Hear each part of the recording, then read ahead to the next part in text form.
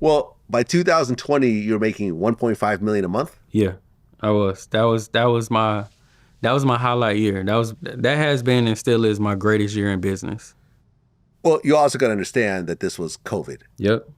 Everyone was making money during this time, including me. Yeah. I bought my house in cash. I did too. During that time. Yeah. That's a great feeling, isn't it? It was, man. Knowing that all you have to pay is property taxes. I ain't gonna lie, I still hate that feeling. But no, I agree with you. Well, you can't get around that. Right. That is a great... You know what, speaking of that real quick, I've seen the back and forth with you and Yayo. Yeah. And I just want to say, bro, I agree with you 100%. It took me years to get there. Yeah. But a lot of times people don't realize, like, ownership is a facade if you cannot handle those property taxes. Do you know how many people DM me and said how stupid I was to pay $15,000 a month rent, regardless of how I broke it down? Right. When I'm like, listen, when you have a mortgage, you are paying 98% interest. You're paying rent to the bank. Right. Because, well, you go have something to show. You have nothing to show for it. Yep. You could buy $1 million house and pay a mortgage for 10 years out of a 30-year mortgage, sell the house, and still owe damn near $1 million. Right. All those mortgage payments are just going to the bank for interest. Agreed. That's it. Yeah. Then you got to talk about property taxes. Then you got to talk about the maintenance. Yep. Then you got to talk about just weird shit happening out of the blue. And see, bro, that's one of the big things I feel like people don't talk about enough is the maintenance. Yeah. Like my crib back home in Tampa, 7,000 feet, 7 bedroom, 7 bath. Those 7 sound so amazing when I tell people. But when I tell them, like, it takes 3 air conditioners to take care of the whole house. Oh, yeah. One broke, and I remember it costing me $11,000. I was sick about that $11,000. Same thing happened to me. I have a 7,000 square foot house in Calabasas. Air conditioner comes out, goes out in the middle of summer. Right. That's it. You have to fix it. It's not an option. Yeah, in Florida ain't no option. It's no option. You're living in hell at that point. Right. You know what I'm saying? Yeah. Like it was the upstairs air conditioner. Like, everyone had to sleep downstairs until this thing got fixed. Yep. When you're renting, you call up your landlord and they fix it. Zero cost. Bro, when I tell you my mind has changed because I went through some changes with my real estate. I made it was a good investment at one point, but it turned out to be bad. But when I saw y'all have that combo where I resonated with 100%, I'm like, I think you really got to go through the other side of it for you to really pick up that knowledge. Because people just see it from this one side. But when you've dealt with the maintenance and the upkeep of... So, like, I bought my house. I bought my mama house 2 doors down. And then I went and bought another $1 million house in Georgia. And when you have those months where a pipe break in this one, AC in this one, and your mom don't have the means, but you do to fix something on this one, that's when you like, man, I wish I rented these motherfuckers. I could just pick up the phone and that's y'all problem. Renting makes sense in certain situations.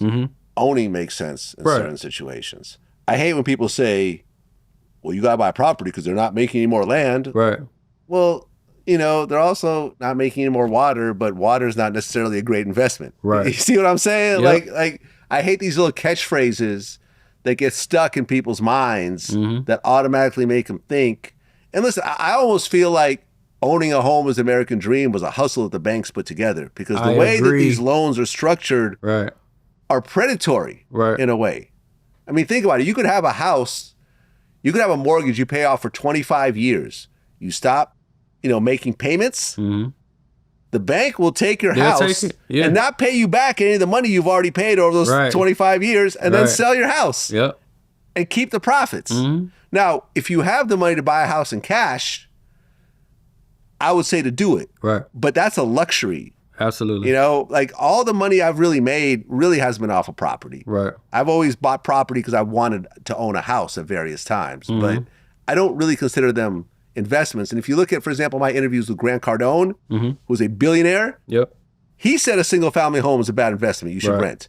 He said, basically, I said, when people are like, oh, well, I'll buy a duplex. He said, even that's a waste of time. He's like, if you really want to be serious about real estate, get 8 units or more. Gotcha. That's when it really starts becoming a real business. And I learned that the hard way. Yeah.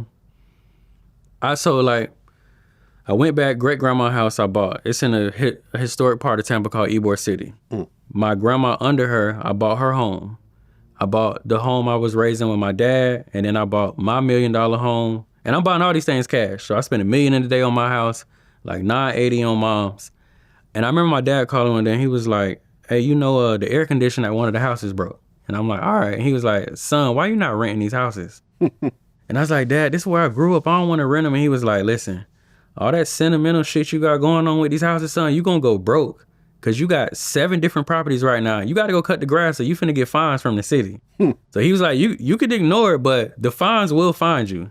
And then when he broke it down and helped me understand, bro, I realized, and I did that for like 3 years.